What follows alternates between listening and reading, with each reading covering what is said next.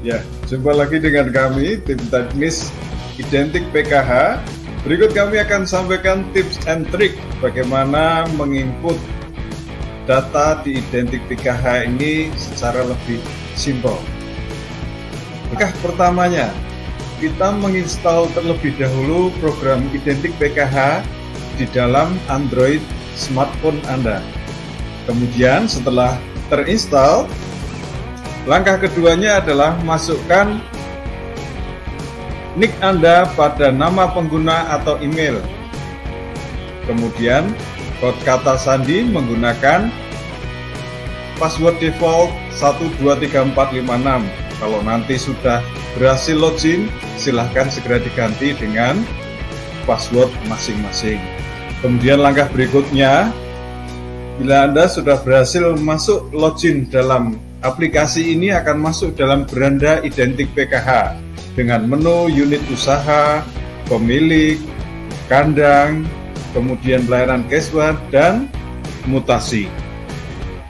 Lanjut, langkah berikutnya adalah memasukkan data peternak atau unit usaha.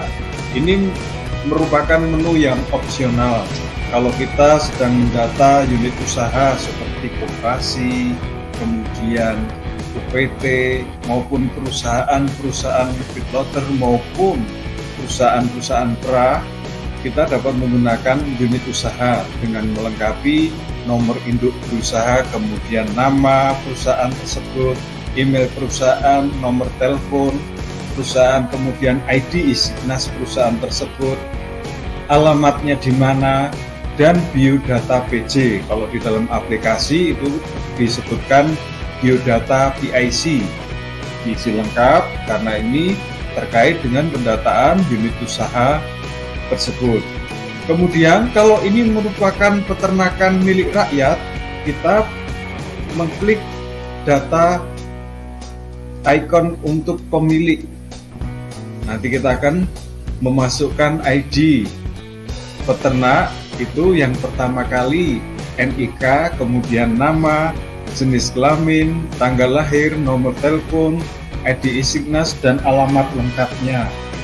Kalau kita dalam lokasi peternak yang bersangkutan, kita klik geotagging peternak tersebut.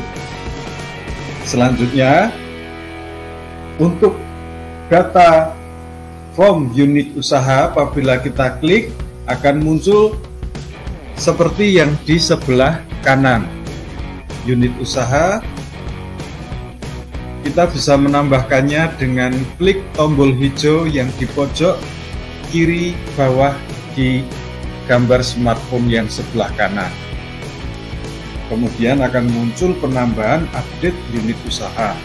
Silahkan diisi seperti tadi, formnya, NIB, nama, kemudian email, nomor telepon, ID ISIGNAS, alamat lengkap sampai ke bawah.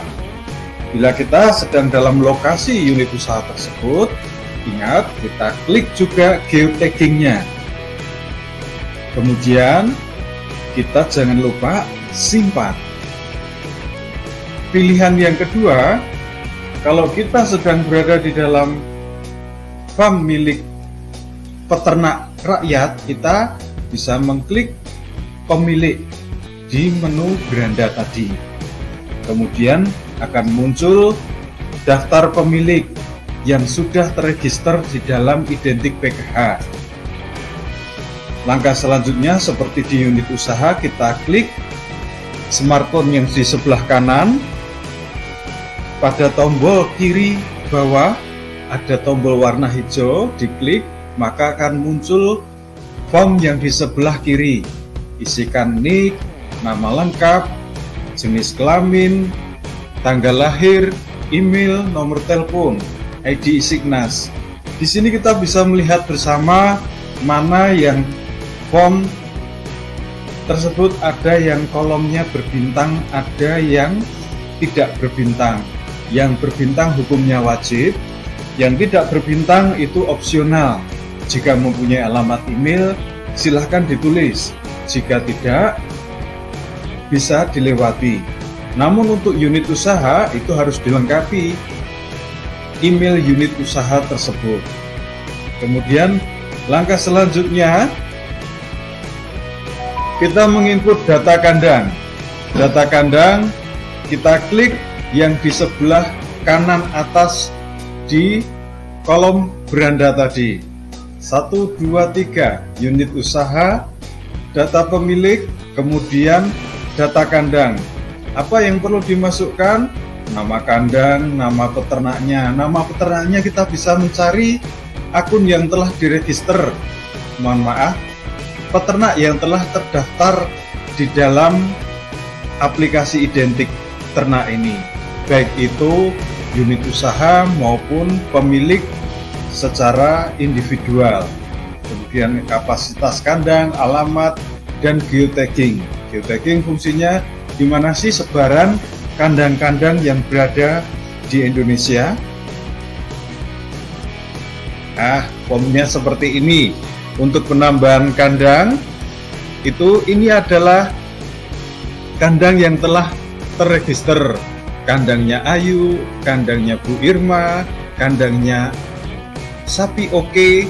Nah, kalau kita ingin menambahkan, kita bisa klik smartphone yang di sebelah kanan pada pojok kiri bawah, tanda plus, maka akan muncul form yang di sebelah kiri, ubah data kandang. Tetapi maksud kita ingin menginput data kandang baru, nama kandang, pemilik, kapasitas, kecamatan, desa, alamat lengkap. Yang paling bawah adalah geotagging, yang gambarnya balon. Silahkan diklik, simpan. Data-data yang telah kita masukkan tadi dilakukan sebelum pemasangan eartag. Seperti ini eartagnya. Ini sebelum dipasang data-data pemilik, kemudian data kandang, itu dimasukkan terlebih dahulu. Kemudian eartag ini kita pasang dengan menggunakan aplikator seperti yang telah dicontohkan Bapak Dijen di gambar sebelah kiri. Ya, aplikatornya seperti apa? Itu yang ada di gambar sebelah kanan, yang sisi sebelah ya di bawah tulisan itu ya. Kemudian ini yang contoh yang telah dipasangkan di sapinya yang paling bawah. Oke. Setelah dipasang, kita gunakan smartphone untuk men-scan eartag. Ini saya biar mudah saya contohkan di telinga saya. Tapi tolong jangan bayangkan saya seperti sapi. Oke, kita scan menggunakan smartphone.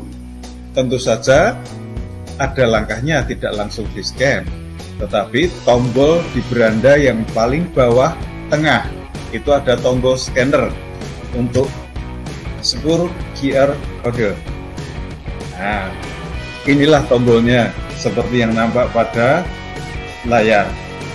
Di smartphone yang sebelah kanan, tombol tengah ini kita pencet, nanti akan muncul layar untuk scanner atau seperti kamera.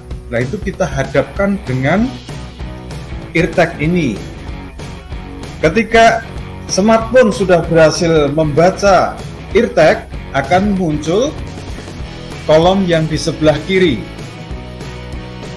Kode QR kode ini langsung muncul terbaca otomatis. Langkah selanjutnya apa? Kita tinggal mengisikan ID Isignas, nama ternaknya, kemudian jenis ternaknya, rumpunnya, rumpun apa, ada Aceh, ada FH, kemudian ada jersey, macam-macam. Kemudian kita mengisikan tanggal lahir. Tanggal lahir mungkin sini sedikit terkendala karena ternak tidak mempunyai akte. Belum mempunyai akte, tetapi kita bisa mensiasatinya itu dengan kita lihat giginya. Untuk sapi itu sudah poel 1 atau 2 atau 3. Memang tergantung dengan nutrisi, tetapi kita bisa memperkirakannya. Kalau poel 1 ya perkiraan itu 1,5 hingga 2 tahun. Kita ambil yang maksimalnya saja itu 2 tahun, berarti kalau saat ini 2022 kita mundur backdate 2 tahun menjadi 14 Juli 2020 sesuai tanggal tersebut yang tercantum di layar. Kemudian kita urutkan ke bawah lengkap, kita lengkapi alamatnya sampai kita klik geotagging. Fungsinya ternak tersebut berasal atau berada di mana ketika kita nanti menggunakan aplikasi ini. Kemudian lanjut. Nah, bila Anda sudah berhasil menggunakan scanner dan menginput data dalam aplikasi Identik PKH, maka identitas ternak akan muncul di dalam menu beranda dalam list ternak, yaitu dari yang paling kanan itu ada gambar beranda rumah, ada listnya, silahkan diklik list, maka akan muncul smartphone yang sebelah kanan ini. Kemudian ketika kita klik salah satu kode eartag, maka akan muncul identitas ternak untuk masing-masingnya dan profilnya, kita bisa memilihnya. Penandaan dan pendataan ternak ini selain untuk mendata ternak secara nasional adalah pendataan ternak pasca vaksinasi.